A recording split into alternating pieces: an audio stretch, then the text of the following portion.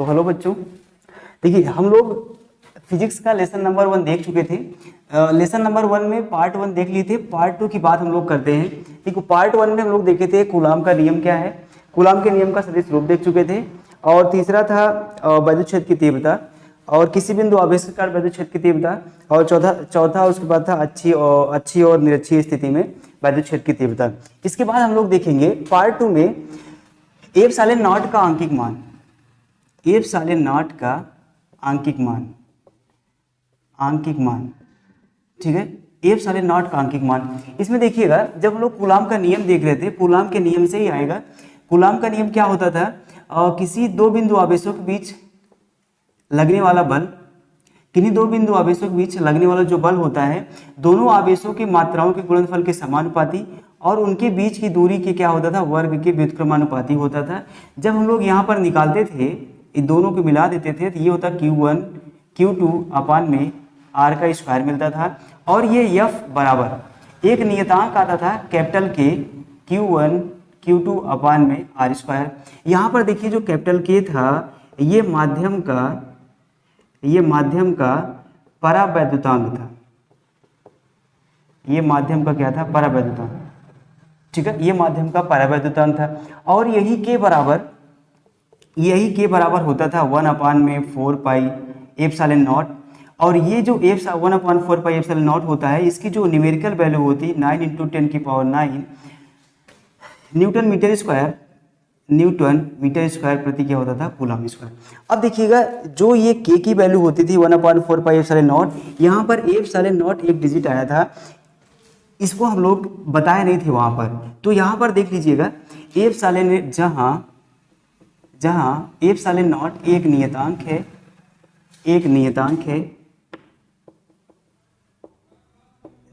है जिसे निर्वात अथवा वायु की वैद्युतशीलता कहते हैं, ठीक है। ये देखिएगा कि एक माध्यम के भी एक नियतांक ही था, जिसे हम लोग माध्यम का क्या बोलते थे, परावैद्युतांक बोलते थे। अभी इसकी भी परिभाषा बताएंगे। और उसके बाद के बराबर होता है 1/4 पाई एप्सिलॉन नॉट। और ये जो इसकी न्यूमेरिकल वैल्यू होती है वो होती है 9 × 10⁹ न्यूटन मीटर स्क्वायर प्रति कूलाम स्क्वायर। और ये जो एप्सिलॉन नॉट है एक नियतांक है जिसे हम लोग निर्वात अथवा वायु की क्या बोलते थे, वैद्युतशीलता बोलते थे, ठीक है। अब यहाँ से देखिएगा, हमें अब यहाँ से एप्सिलॉन नॉट की वैल्यू निकालना है, ठीक है। तो यहाँ से हम लोग एप्सिलॉन नॉट की वैल्यू निकालेंगे, ये याद रखिएगा, ठीक है। अब देखिएगा, अब हमें मिला है 1/4 pi epsilon not, 1/4 pi epsilon not बराबर 9 × 10⁹ न्यूटन मीटर स्क्वायर प्रति कूलाम स्क्वायर। अब यहाँ से हम लोग क्या करेंगे, एप्सिलॉन नॉट की वैल्यू निकाल लेंगे। देखिए एकदम सरल स्टेप में चलेंगे। देखो एक का एक गुणा कराओगे, एक होगा, और इसका पूरा इसमें क्रॉस मल्टीप्लाई करा दीजिए, इधर से दोनों का क्रॉस मल्टीप्लाई कराओगे तो ये होगा 4 पाई एप्सिलॉन नॉट इंटू 9 × 10⁻, क्या होगा, 9 होगा, ठीक है। ये हो जाएगा 9 बराबर एक का एक गुणा कराओगे तो आएगा ये। अब यहाँ से एप्सिलॉन नॉट की वैल्यू निकालना है, इसलिए इस एप्सिलॉन नॉट को यहाँ पे रहने दो। तो ये पूरा ये वाला पूरा इधर डिवाइड हो जाएगा, आएगा 4 पाई इंटू 9 × 10⁻, क्या हो जाएगा, 9। एप्सिलॉन नॉट बराबर ये होगा 1, ठीक। 4 तो 4 है, पाई का मान 3.14 होता है, और ये होता है 9 गुणे, और ये है 10⁻, क्या है, 9 है। एप्सिलॉन नॉट बराबर 1। ये देखो 9 चौका होगा 36, और 36 का 3.14 में गुणा कराओगे तो हो जाएगा 113.04 गुणे 10 की घात क्या होगा, 9 होगा। अब देखिएगा, अब हमें क्या करना है, भाग करना है। भाग तो दशमलव थोड़ा डिफिकल्ट हो जाता है, इसको लोग कर नहीं पाएंगे, तो इसको दशमलव को हटा दे रहे हैं। मिला के दशमलव को यहाँ से हटाओगे तो हो जाएगा 113.04। अब देखो दशमलव एक दो अंक दाहिनी तरफ ले गए हैं, तो दाहिनी हम लोग बढ़ा देंगे 10⁻²। ये है 10⁻, क्या है, 9 है। इसके बाद इसके आगे चलते हैं, तो ये होगा एप्सिलॉन नॉट बराबर 1/, देखो अब ये 10⁻+9 10⁻², ये हो जाएगा 10⁻7। 9 में से 2 घटा दोगे हो जाएगा 7 हो जाएगा। और ये है 113.04 गुणे 10 घात माइनस 10 घात प्लस 7 हो जाएगा। अब हम लोग भाग आसानी से कर लेंगे। ये देखो ये एक गुणे और ये 10 की पावर ऊपर जाएगा तो माइनस हो जाएगा 7, यहाँ से बचा हुआ 113/04। अब आप क्या करो 113 से 1 में भाग दोगे तो इसको अगर भाग दोगे तो आप आएगा 0.00008 आएगा और 5 आएगा 46 आएगा। ठीक है, गुणे 10 की घात कितना आएगा -7 आएगा। एप्सिलॉन बराबर आएगा, देखो 1 2 3 4 5, 1 2 3 4 5, 5 डिजिट हम लोग दशमलव को दाहिनी तरफ लेके चल रहे हैं तो ये आएगा 8.8, यहाँ पे 8 आएगा 8.846 गुणे 10 की घात -7 और ये 5 अंक उधर लेके चले हैं 10 की घात -5 कर देंगे। एप्सिलॉन बराबर होगा 8.8, देखो ये 5 से बड़ा है तो इसको एक इसमें एक जोड़ दीजिए तो आएगा कितना 5 हो जाएगा गुणे 10 की घात -12। यहाँ पर देखिए ये पलट गया था तो ये हो जाएगा मात्रक इसका कूलम प्रति न्यूटन मीटर स्क्वायर, ये हो जाएगा एप्सिलॉन का मान। ठीक है, तो यहाँ से हम लोग एप्सिलॉन की वैल्यू निकाल चुके हैं और आई होप को आपको ये वैल्यू का होगा समझ में आया होगा। ठीक है, आगे चलते हैं हम लोग। ठीक, अब देखिए एप्सिलॉन की वैल्यू निकाल लिए है, अब हम लोग निकालेंगे एप्सिलॉन का मात्रक और बीमा। एप्सिलॉन का मात्रक और बीमा निकालेंगे। एप्सिलॉन का मात्रक, ठीक है, मात्रक की बात करते हैं। देखो वी नो दैट, हम लोग जानते हैं कूलम के नियम से, कूलम के नियम से, कूलम का नियम क्या होता है, ये होता है 1/4 पाई एफ बराबर 1/4 pi epsilon into Q1 Q2 अपान में R स्क्वायर। अब देखिए हमें एप्सिलॉन चाहिए तो इसको क्या करोगे क्रॉस मल्टीप्लाई करा के यहाँ पर एप्सिलॉन का मान निकालोगे। तो देखो यहाँ से ये पूरा नीचे है सब गुणा में है, इधर इसके साथ आएगा तो गुणा हो जाएगा F4 pi epsilon into R square बराबर ये गुणा होगा Q1 Q2। यहाँ से एप्सिलॉन को यहाँ रहने दो, बाकी सब उधर भेज दो तो Q1 Q2 अपान में यहाँ से आएगा F4 पाई इंटू क्या हो जाएगा R का स्क्वायर। अब हम लोग यहाँ देखिए ये फार्मूला मुझे मिल गया है, ये फार्मूला मिल गया है एप्सिलॉन का। अब यहाँ से हम लोग निकालेंगे मात्रक। अब लिखिएगा एप्सिलॉन का मात्रक बराबर होगा Q1 का मात्रक इंटू Q2 का मात्रक अपान में ये होगा F का मात्रक गुणे, देखो ये 4 पाई जो है ये कांस्टेंट है, नियतांक की कोई बीमा नहीं होती है तो यहाँ पर हो जाएगा R स्क्वायर का मात्रक, या इसको ऐसे लिख लीजिए R का मात्रक इसको लगा दीजिए, इसका स्क्वायर लगा दीजिए ये। तो आइए इसके बाद हम लोग चलते हैं। इसके बाद देखो एप्सिलॉन का मात्रक, एप्सिलॉन का मात्रक देखो Q का मात्रक Q मीन्स आवेश है, आवेश का मात्रक क्या होता है कूलम, आवेश का मात्रक हो जाएगा कूलम। देखो Q2 भी आवेश है तो इसका भी मात्रक क्या हो जाएगा कूलम अपान में बल, ये F मीन्स बल है, बल का मात्रक क्या होता है न्यूटन, ये होता है न्यूटन। और R का मात्रक होता है, R का मात्रक क्या होता है मीटर होता है, इसका स्क्वायर लगा था आप मीटर का स्क्वायर कर दीजिए। तो यहाँ से आएगा एप्सिलॉन का मात्रक बराबर, ये देखो यहाँ से कूलम हो जाएगा कूलम का स्क्वायर अपान में आ जाएगा न्यूटन मीटर का स्क्वायर। ये यहाँ से आप शॉर्ट में लिख सकते हो तो ये हो जाएगा कूलम का स्क्वायर प्रति न्यूटन मीटर स्क्वायर। तो ये हो गया एप्सिलॉन का मात्रक। ठीक है, ये हो गया एप्सिलॉन का मात्रक।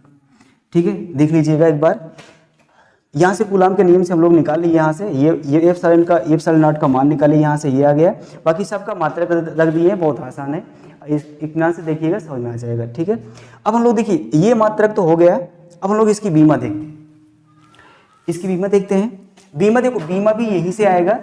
ठीक है, जहाँ जहाँ मात्रक लिखे हो वहाँ वहाँ बीमा लगा दीजिएगा, मात्रक यहीं से आ जाए, सॉरी बीमा यहीं से आ जाएगा। देखिए बीमा निकालते हैं, फॉर्मूला यही रहेगा, यहाँ पे लिख दोगे एप्सिलॉन की बीमा बराबर Q1 की बीमा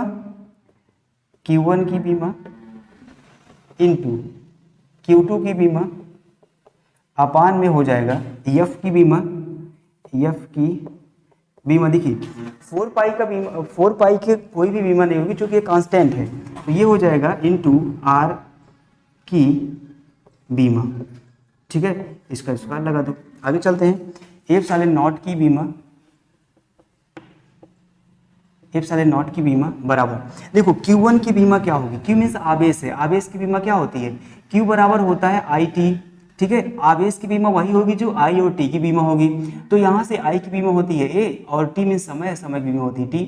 अब ये Q2 है, Q2 आवेश ही है, इसका बीमा AT हो जाएगा अपान में बल की बीमा लिखिए, बल, बल यह बराबर होता है MA, यम मीन्स द्रव्यमान है, द्रव्यमान की बीमा क्या होगी कैपिटल M इंटू ए की बीमा क्या होगी, ए की बीमा क्या होती है L, T माइनस क्या होती है 2, ऐसा इसके डायरेक्ट लिख दीजिए, चाहे वहां से समझ लीजिए, यम L T माइनस 2 होता है।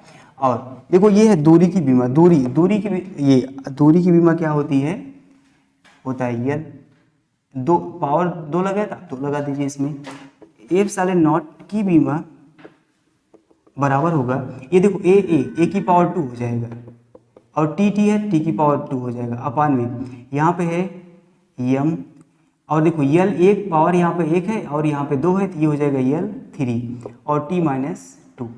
अब इसको हम लोग ऊपर लेके चलते हैं, इसको ऊपर लेके चलो, तो ये A2 है और T2 है, ये ऊपर जाएगा, इसकी पावर 1 है, ऊपर जाएगा तो पावर क्या हो जाएगा -1, यल की पावर -3 और टी की पावर +2 हो जाएगा। अब आप पहले लिख दीजिए, पहले यम लिख लीजिए, -1 है, यम -1, उसके बाद यल देखो यहाँ पर कितना हो जाएगा -3, टी कितना हो जाएगा टी की पावर 4 और ए की पावर कितना हो जाएगा 2। यहाँ से बीमा आ गया है यम -1, यल -3, टी 4 और ए 2 हो जाएगा। ठीक, आई होप को आपको बीमा समझ में आएगा, देख लीजिएगा, इसका बीमा आता है, बहुत इंपॉर्टेंट है। ठीक, 20 को समझ लीजिएगा, आप इसका स्क्रीनशॉट ले सकते हैं। ठीक, अगली हेडिंग है इसमें परावैद्युतांक की परिभाषा, परावैद्युतांक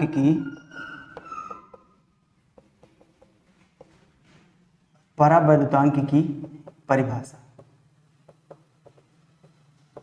देखो परावैद्युतांक की परिभाषा हम लोग क्या, अभी देखो हम लोग जो कूलॉम का नियम देखे तो उसमें आया था, उसमें परावैद्युतांक कैपिटल के आया था, उसी कैपिटल के की परिभाषा हम लोग देंगे यहाँ पर, लेकिन एक नोट लिखेंगे, वी नो दैट हम लोग जानते हैं किसी परावैद्युत पदार्थ की, किसी परावैद्युत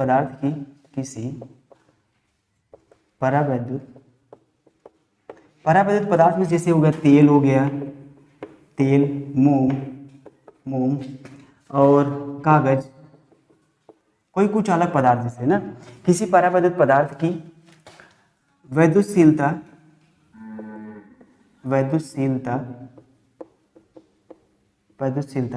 निर्वात अथवा वायु की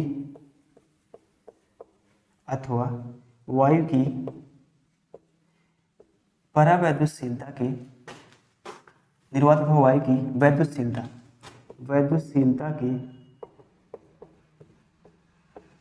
वैद्युतशीलता के समानुपाती होता है,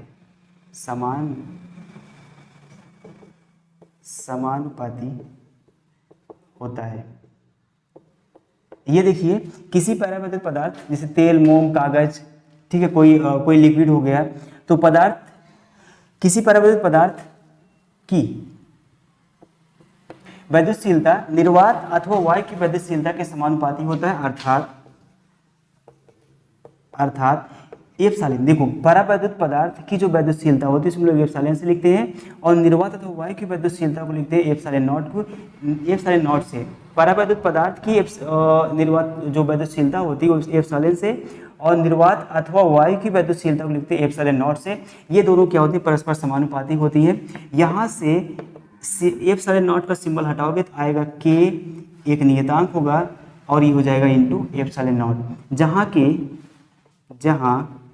क्या है, माध्यम का परावैद्युतांक है, क्या है, माध्यम का परावैद्युतांक। ठीक, अब यहाँ से आप के बराबर निकालोगे तो आएगा एप्सिलॉन अपान में एप्सिलॉन नॉट। ये क्या है, परावैद्युत पदार्थ की परावैद्युत पदार्थ की वैद्युतशीलता, परावैद्युत पदार्थ की वैद्युतशीलता। और ये जो है ये है निर्वात की वैद्युतशीलता, निर्वात अथवा निर्वात की वैद्युतशीलता है, निर्वात की वैद्युतशीलता। ठीक, निर्वात की वैद्युतशीलता। परिभाषा देखिए यहीं से हमारी आ जाती है, ये बहुत इंपॉर्टेंट सूत्र है, इस पर डायरेक्ट क्वेश्चन आता है। ठीक है, अभी हम लोग डायरेक्ट क्वेश्चन करेंगे।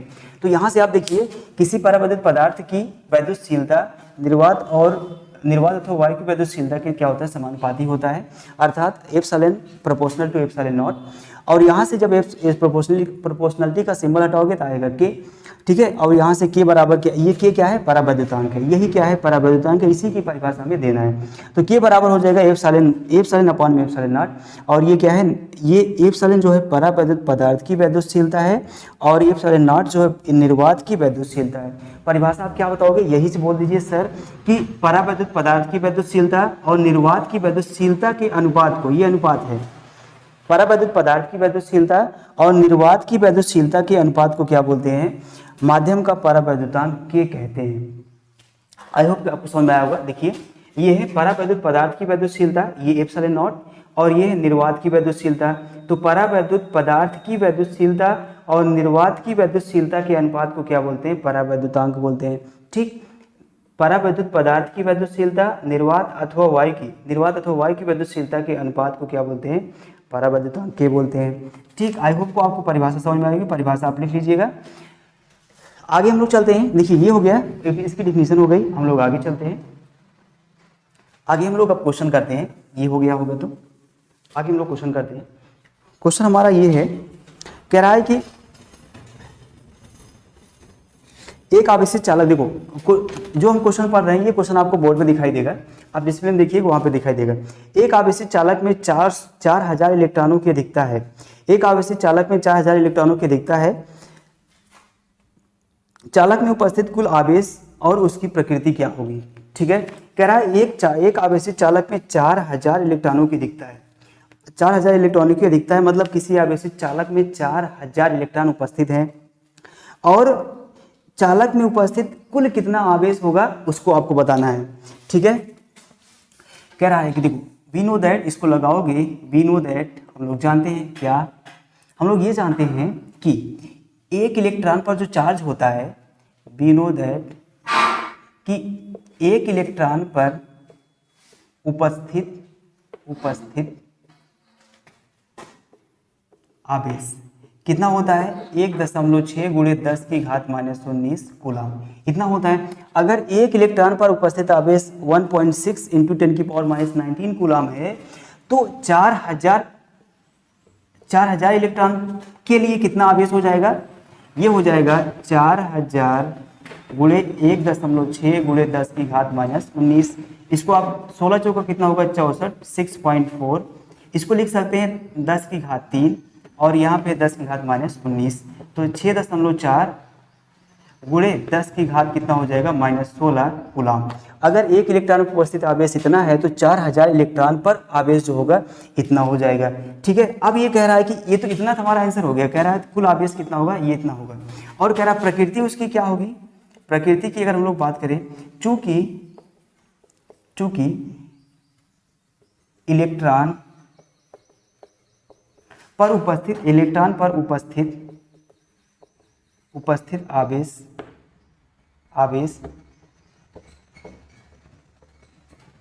ऋणात्मक होता है, इसलिए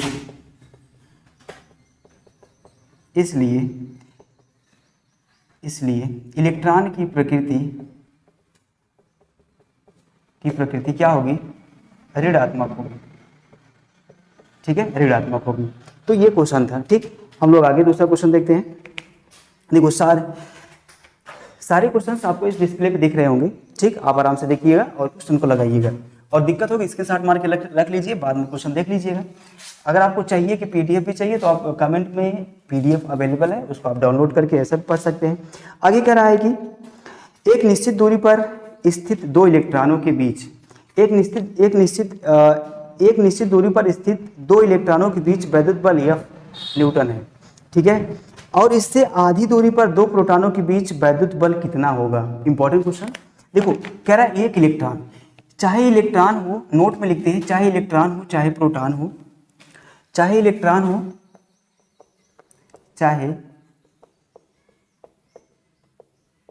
इलेक्ट्रॉन हो चाहे प्रोटॉन हो, दोनों पर आवेश उतना ही होता है, बस फर्क इतना है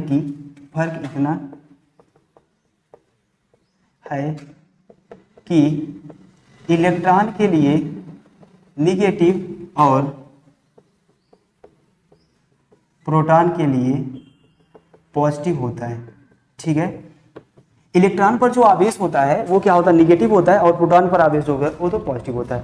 बाकी सब कुछ क्या है, समान ही है, कोई दिक्कत नहीं है। तो देखिए एक इलेक्ट्रॉन, देखो इलेक्ट्रॉन है, यहाँ पर भी इलेक्ट्रॉन है, यहाँ पर भी इलेक्ट्रॉन है। अब देखिएगा दोनों इलेक्ट्रॉन, दोनों जो है इलेक्ट्रॉन वो सेम भी हो सकते हैं और डिफरेंट भी हो सकते हैं। तो मान लीजिएगा कि इस पर जो आप मान लीजिएगा कि इस पर आवेश क्या है, मान लो ये पॉइंट मान लो इस पर आवेश 1.6 × 10 की पावर कितना है, 19 है। या ऐसा ना मान करके कुछ संख्यात्मक मान लो कि इस पर जो इलेक्ट्रॉन के लिए इस पर जो आवेश है वो मान लो कितना है कि x है। ठीक है, x1 है, और इस पर आवेश क्या है, x2 है।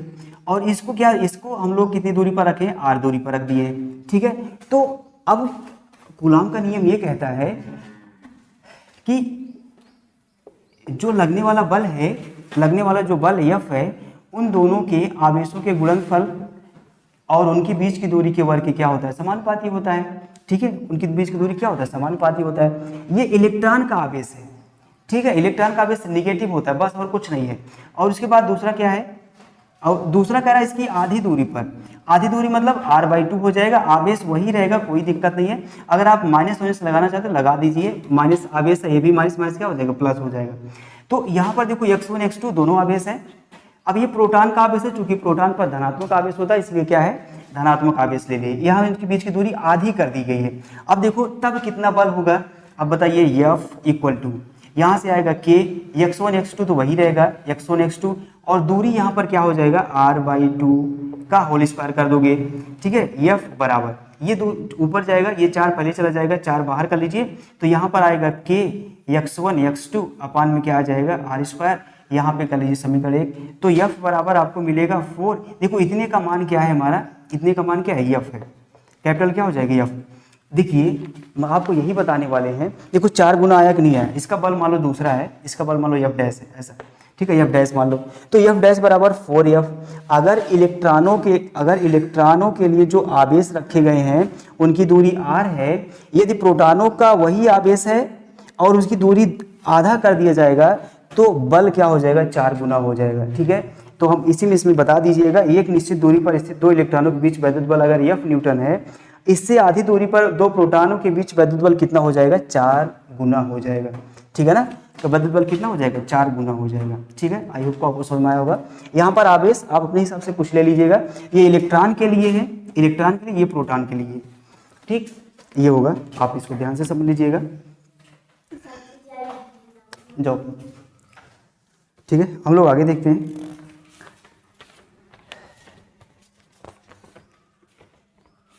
आगे क्या रहा है, पांचों कुछ देखिए, एक कूलाम आवेश में कितने इलेक्ट्रॉन होंगे, एक कूलाम आवेश में कितने इलेक्ट्रॉन होंगे, एक कूलाम आवेश में कितने इलेक्ट्रॉन होंगे, एक कूलाम आवेश में कितने इलेक्ट्रॉन होंगे, इसको देख लीजिएगा। देखो हम लोग जानते हैं, वी नो दैट, फॉर्मूला जानते हैं कि Q बराबर क्या होता है, N होता है। ये क्या इलेक्ट्रॉनों की संख्या है, ये इलेक्ट्रॉन पर चार्ज है, ये आवेश है। तो आवेशों की संख्या कितना, आवेश Q बराबर कितना है, 1 है। ठीक है, 1 कूलाम है। तो यहाँ से N बराबर क्या होगा, Q अपान में कितना होगा, E। तो Q बराबर कितना, 1 है। Q बराबर कितना, 1 है। E का मान देखो, जो E का मान होता है 1.6 × 10 की पावर कितना होता है, 19 कूलाम होता है। तो यहाँ से 1.6 गुणे 10 की घात -19 हो जाएगा, n बराबर 1। अब इसको क्या करिए, भाग कर दीजिए, ये तो भाग कर दीजिए, या तो इसको दशमलव को बराबर कर लीजिए, ये होगा देखो 16 हो जाएगा गुणे ये दशमलव उधर जाएगा, दशमलव उस पार जाएगा, दशमलव जब उस पार लेके जाओगे 10 घात -1 बनेगा, इंटू 10 की घात कितना हो जाएगा 19 हो जाएगा। तो ये n बराबर 1/16 गुणे ये 19 और 20 ऊपर चला जाएगा, कितना हो जाएगा, इसको ऊपर लेके चलोगे 10 की घात कितना हो जाएगा 20, ऐसा होगा। तो n बराबर इसको भाग दोगे कितना आएगा 0.0625 गुणे 10 की घात कितना आएगा 20। ठीक है, n बराबर अब 2 अंक इधर लेके चलो, 2 अंक यहाँ दशमलव यहाँ से कम कर देना, आएगा 6.25 गुणे 10 की घात कितना आएगा 18। तो इलेक्ट्रॉनों की संख्या कितना आ जाएगा 6.25 इंटू क्या होगा 10⁻18 आ जाएगा। देखो यहाँ से हम लोग फॉर्मूला जानते हैं, Q बराबर क्या होगा n, और E बराबर होता है 1.6 इंटू 10⁻19 होता है। यहाँ से n बराबर निकलो Q पानी में आएगा, Q का मान 1 है, 1 रख दिए, E का मान इतना है। अब इसको देखो दशमलव को एक स्थान उधर लेके 10⁻1 बनेगा, 10⁻20 हो जाएगा, 20 ऊपर लेके चलोगे प्लस हो जाएगा 1/16 से 16 से 1 को भाग दोगे 0.0625 आएगा ये। अब देखो अब दशमलव 1 2 यहाँ लेके आना है, दशमलव यहाँ लेके आना है तो क्या हो जाएगा, तो इसमें से कम हो जाएगा तो 18 हो जाएगा। ठीक, ये हो गया। आगे हम लोग दूसरा क्वेश्चन देखते हैं। कह रहा है कि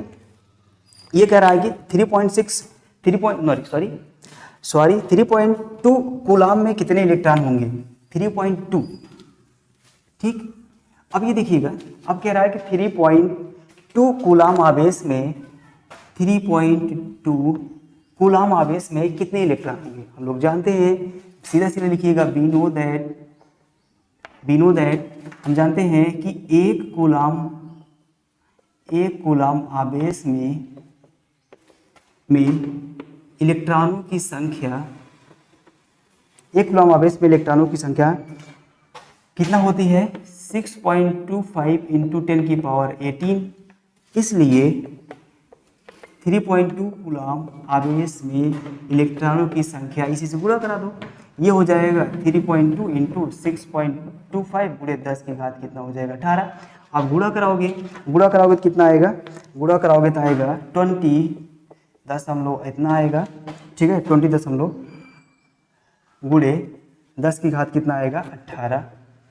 ठीक, अब ऐसा कर सकते हो, ये इसका कोई महत्व तो नहीं है, दशमलव इसका स्थान पे लेके आओ तो 0 गुणे 10 की घात कितना हो जाएगा 19।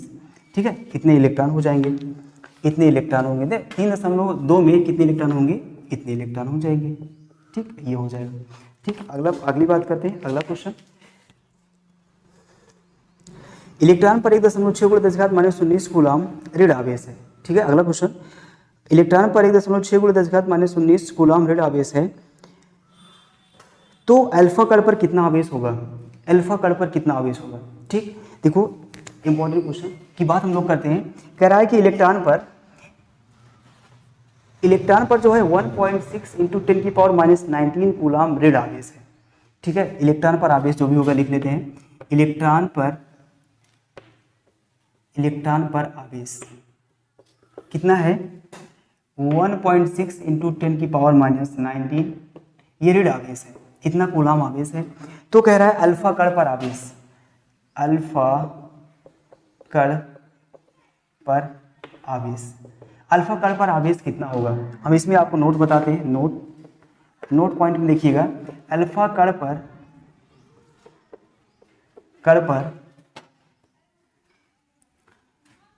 कण में लिखिए, अल्फा कण में 2 इलेक्ट्रॉन 2 प्रोटॉन और 2 न्यूट्रॉन होते हैं। 2 इलेक्ट्रॉन 2 प्रोटॉन और 2 न्यूट्रॉन होते हैं। ठीक है, देखो जब ऐसा तब होता है जबकि उस पर कोई चार्ज उपस्थित नहीं होगा, कोई चार्ज उपस्थित नहीं होगा।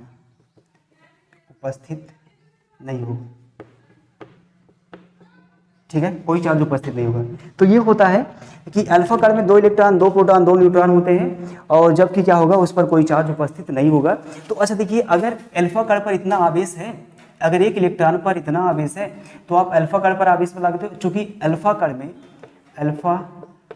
कण में 2 इलेक्ट्रॉन होते हैं, इसलिए अल्फा कण पर उपस्थित आवेश बराबर होगा 2 गुणे 1 पर उपस्थित आवेश कितना है, ये है 1.6 इंटू 10⁻⁻19 कूलम। ठीक है, तो ये कितना हो जाएगा 16 दूना 32 होगा, 3.2 आएगा, गुणे 10⁻⁻19 कूलम, ये आंसर होगा। ठीक, तो 5.0 गुणे 10⁻⁸ कूलाम बिंदु आवेश से कितनी दूरी पर वैद्युत क्षेत्र की तीव्रता 450 न्यूटन प्रति कूलाम होगा, ये हमें निकालना है। तो मतलब यहाँ पर देखिए वैद्युत क्षेत्र की तीव्रता E बराबर भी दिया है 450 न्यूटन प्रति कूलाम। हमें क्या निकालना है, कितनी दूरी पर, मतलब R का मान हमें निकालना है। तो हम लोग जानते हैं कि किसी बिंदु आवेश के कारण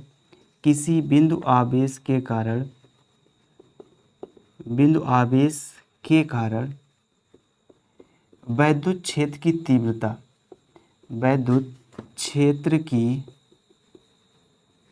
तीव्रता कितनी होती है, E बराबर होता है 1/4πε0 इंटू Q अपान में R²। तो E का मान बताओ कितना है, E का मान दिया है 450 बराबर 1/4πε0 का मान, इतने का जो मान होता है वो क्या होता है 9 गुणे 10⁻9, और Q का मान देखो कितना दिया है 5 गुणे 10⁻⁻8 अपान में R² का मान निकालना है। इसको सॉल्व करते हैं तो ये आएगा 450 बराबर, ये देखो 9 × 45 इसको कर लीजिए 45, और 9 में से 10⁻9 है, 10⁸8 घटा दोगे तो बचेगा 10⁻1 अपान में हो जाएगा R²। अब देखो ये 450 बराबर, ये भी 10⁻1 का मतलब क्या है ओनली 10 है, तो 45 धामा कितना हो जाएगा 450 अपान में R²। अब ये क्या हो जाएगा, R² को यहाँ लेके और इसको यहाँ लेके चलिए, तो ये हो जाएगा R² बराबर 450, ये इधर आएगा तो हो जाएगा 450, दोनों कट जाएगा, दोनों कट के कितना होगा R² बराबर कितना आएगा 1, तो R बराबर कितना होगा +-1। ठीक है, तो यहाँ पर कितना R बराबर कितना आएगा +1 मीटर दूरी, मतलब यहाँ पर उस आवेश को +1 मीटर की दूरी पर रखोगे तो वैद्युत क्षेत्र की तीव्रता कितनी होगी 450 न्यूटन प्रति कूलाम होगा। आई होप को आपको ये समझ आपका है, कमेंट करिए, जो भी प्रॉब्लम हो उसको हम सॉल्व करने की कोशिश। क्वेश्चन नंबर जो भी होगा आप लोग नंबर डाले रहिएगा। ये है नाइट्रोजन 7×14, कह रहा है इसमें नाभिक पर कूलाम में कितने आवेश होंगे, मतलब इतने भी इसमें भी आवेश निकालना है, मतलब इसके नाभिक में कितने आवेश उपस्थित होंगे इसको निकालना है। ठीक है, तो हम लोग बात करते हैं, देखो ये क्या होता है हमारा परमाणु क्रमांक होता है, और ये क्या होता है, सॉरी ये परमाणु भार होता है, और ये क्या होता है परमाणु क्रमांक होता है। वो परमाणु भार है, ये क्या है परमाणु क्रमांक है। तो हम लोग अगर इसमें इलेक्ट्रॉनों की संख्या की बात करें तो इलेक्ट्रॉन कितना होगा, जब इसको नोट में लिखिएगा, जब किसी परमाणु पर या तत्व पर कोई चार्ज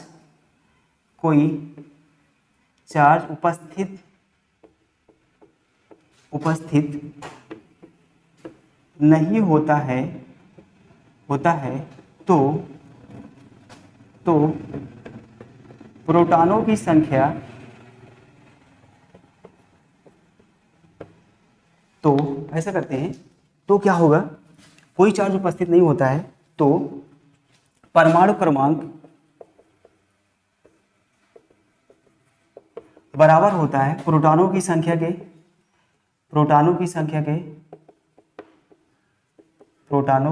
के, और यही बराबर होता है इलेक्ट्रॉनों की संख्या के। अब तो परमाणु क्रमांक कितना है 7 है, तो प्रोटॉनों की संख्या भी कितनी होगी 7 होगी, तो इलेक्ट्रॉनों की संख्या भी कितनी हो जाएगी 7 हो जाएगी। ठीक है, अब कह रहे नाभिक पर कूलाम में आवेश की गणना कीजिए। नाभिक पर कूलाम में आवेश की गणना कीजिए। अच्छा, इलेक्ट्रॉन की ये कितने इलेक्ट्रॉन है? 7 इलेक्ट्रॉन है। हम लोग जानते हैं एक इलेक्ट्रॉन पर उपस्थित आवेश कितना होता है? 1.6 × 10⁻⁻19 कूलाम होता है। तो 7 इलेक्ट्रॉन पर आवेश कितना हो जाएगा? 7 × 1.6 × 10 की घात कितना हो जाएगा? -19 कूलाम। तो ये 16 सत्ते कितना होता है? 112। एक अंदर 16 लगा दिए, × 10 की घात कितना हो जाएगा? -19 कूलाम। ये क्या हो जाएगा? ये आंसर हो जाएगा। ठीक, ये आंसर हो गया। आगे हम लोग बात करते हैं दूसरा क्वेश्चन। अगला क्वेश्चन कह रहा है उस वैद्युत क्षेत्र का मान क्या होगा? उस वैद्युत क्षेत्र का मान क्या होगा जिसमें एक इलेक्ट्रॉन पर उसके भार के बराबर, उस वैद्युत क्षेत्र का मान क्या होगा जिसमें एक इलेक्ट्रॉन पर उसके भार के बराबर वैद्युत बल कार्य करता है? देखो, एक इलेक्ट्रॉन है, इस पर जितना वैद्युत क्षेत्र लग रहा है ना, उतना ही क्या लग रहा है?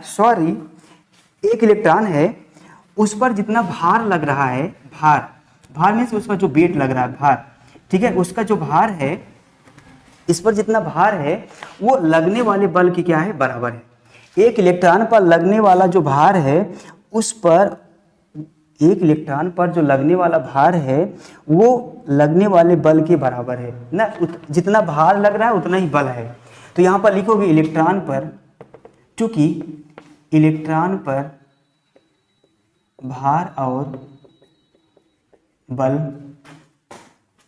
चूंकि एक ही इलेक्ट्रॉन पर भार और बल बराबर होंगे, चूंकि एक ही इलेक्ट्रॉन पर भार और बल बराबर होंगे, इसलिए चूंकि एक ही इलेक्ट्रॉन पर भार और बल बराबर होंगे, इसलिए लगने वाला जो बल है यह बराबर किसके हो जाएगा? भार के। भार को किस लिखते हैं? mg से, ठीक है, mg से। और लगने वाला बल F हम लोग पढ़ाए थे, E बराबर होता है F/Q। तो यहाँ से F बराबर निकालोगे तो क्या आएगा?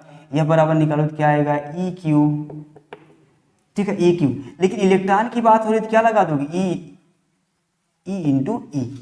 ठीक है। तो यहाँ से हो जाएगा, यही फॉर्मूला रख देना जस्ट। तो E बराबर हो जाएगा mg के, तो यहाँ पर E चाहिए हमें, तो mg/ में क्या हो जाएगा? E। और E बराबर, देखो ये m क्या है? ये m क्या है? इलेक्ट्रॉन का द्रव्यमान है। इलेक्ट्रॉन का द्रव्यमान क्या होता है? 9 × 10 की पावर कितना होता है? 31 × g का मान होता है 10। यहाँ पर 1.6 × 10⁻19 कूलाम होता है। इलेक्ट्रॉन पर चार्ज है, दशमलव से दशमलव खत्म हो जाएगा। ये देखो यहाँ से आ जाएगा 30, 1 × 10⁻30, ये ऊपर जाएगा 10 की घात +19 हो जाएगा। अपान में कितना बचेगा? 16। ठीक, तो यहाँ से हम लोग आगे निकालते हैं। तो ये हो जाएगा E बराबर, इसको भाग दीजिए। अगर इसको आप भाग दोगे तो कितना आएगा? अगर आप इसको भाग देते हैं, कहाँ गया? तो अगर इसको आप भाग देते हैं तो ये आएगा, ये 91 से 16 में भाग दोगे तो आएगा 5.68 × 10 की घात, यहाँ से कम कर दीजिए तो क्या आएगा? -11 आएगा। इतना न्यूटन प्रति कूलाम क्या होगा? आवेश कार्य करेगा। ठीक है, बस देखिए इसमें कह रहा है कि कुछ दूरी पर स्थित +2 μc तथा -2 μc आवेशों के बीच 10 न्यूटन का आकर्षण बल कार्य करता है। यदि आवेशों को परस्पर स्पर्श कराने के पश्चात पुनः उतनी दूरी पर रख दिया जाए तो दोनों के मध्य कितना बल होगा? ये हमें निकालना है। देखिए मैं अब इसमें क्वेश्चन आपकी स्क्रीन पर दिख रहा होगा, आप उसको पढ़िएगा और जो इसमें दिया गया है उसको पढ़ के बताते हैं। यहाँ पर देखिएगा, कह रहा है कुछ दूरी पर स्थित। कुछ दूरी मतलब यहाँ पर दूरी फिक्स नहीं है, आप दूरी ऐसे समझ लेंगे, ये कुछ दूरी हो गया यहाँ पर, ठीक है। ये दूरी पता नहीं है तो कुछ मान लो, अगर मान लेते r तो ये दूरी मान लीजिए कितना हो गया? r हो गया। कुछ दूरी पर दो आवेश हैं, दो आवेश, एक पहला है 2 μc और दूसरा है -2 μc। ये दो आवेश हैं, इन दोनों पर जो कार्यकारी बल है, जो कार्य करने वाला बल है वो है 10 न्यूटन। इन दोनों आवेशों पे जो बल कार्य कर रहा है वो 10 न्यूटन का बल लग रहा है। अब इसमें इसके बाद ये कह रहा है यदि आवेशों को परस्पर स्पर्श कराने के बाद पुनः इतनी दूरी पर रख दिया जाए तो उन दोनों के मध्य कितना बल कार्य करेगा। अब देखिए बात को समझिएगा, जब आवेशों को कुछ दूरी पर रखा गया है, जब आवेशों को कुछ दूरी पर रखा गया तो उसमें कितना बल लग रहा है, 10 न्यूटन का बल लग रहा है। अब इसके बाद ये कह रहा है कि अगर दोनों आवेशों को आप स्पर्श करा दीजिए, दोनों आवेशों को स्पर्श कराएंगे तो आवेश Q बराबर क्या हो जाएगा, मान लो कुछ मान लो, तो आवेश Q1 या Q2 बराबर हो जाए। देखो दोनों आवेशों को स्पर्श कराओगे तो ये प्लस 2 म्यू सी है, ये प्लस कितना है 2 म्यू सी, और ये माइनस 2 म्यू सी है। तो यहाँ से Q1 और Q2 क्या आ जाएगा बराबर, देखो plus 2 mu c minus 2 mu c बराबर कितना हो जाएगा, 0 हो जाएगा। कितना हो जाएगा, 0 हो जाएगा। और ये बताओ अगर आवेश का मान शून्य हो गया है तो कूलाम के नियम से, तो आप कूलाम के नियम से क्या जानते हो कि यह बराबर 1/4 pi epsilon not Q1 Q2 अपान में R स्क्वायर।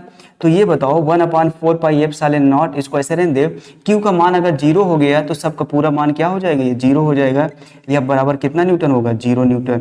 तो यहाँ से ये सिद्ध होता है कि अगर आप दो आवेशों को r दूरी पर या कुछ दूरी पर रखे हैं, यदि उनको आप स्पर्श करा के पुनः उतनी दूरी पर रख दोगे तो उनके मध्य बल क्या हो जाएगा, 0, क्योंकि आवेश का मान क्या हो जाएगा, शून्य हो जाएगा।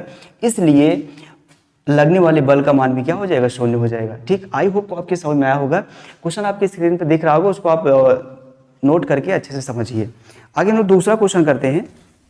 ठीक है, दूसरा क्वेश्चन कहते हैं, एक क्वेश्चन और है।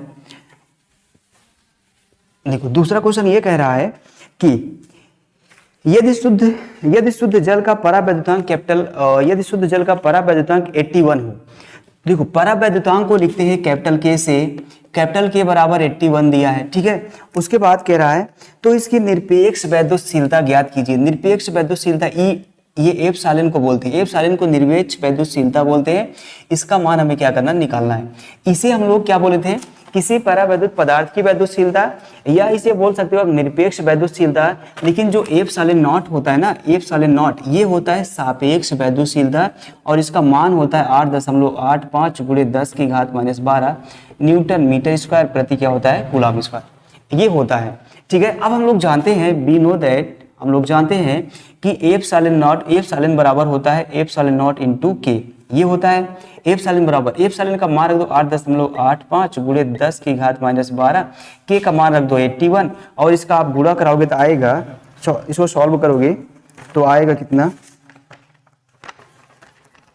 इसको अगर सॉल्व करोगे तो आएगा 7.17 × 10⁻11 कूलम स्क्वायर प्रति न्यूटन मीटर स्क्वायर। ठीक है, इसको आप सॉल्व करोगे इतना आएगा। तो आई होप आपको ये क्वेश्चन समझ में आया होगा। ठीक है, उम्मीद करते हैं ये क्वेश्चन आपको समझ में आएगा। अगर आप इतना कर लेते हो, तो आप, मैं दावे के साथ कहता हूँ कि आपको कोई भी क्वेश्चन एग्जाम में छूटेगा नहीं। ठीक है, तो आई होप आपको सारी चीज़ें बेहतरीन ढंग से, अच्छे ढंग से समझ में आई होंगी, और इसी तरह से आप पढ़ाई को मजबूत करते रहिए, पढ़ाई को करते रहिए। बाकी कोई भी दिक्कत होगा उसके लिए हम सब हैं। ठीक है, wish you all the best, thank you, जय हिंद।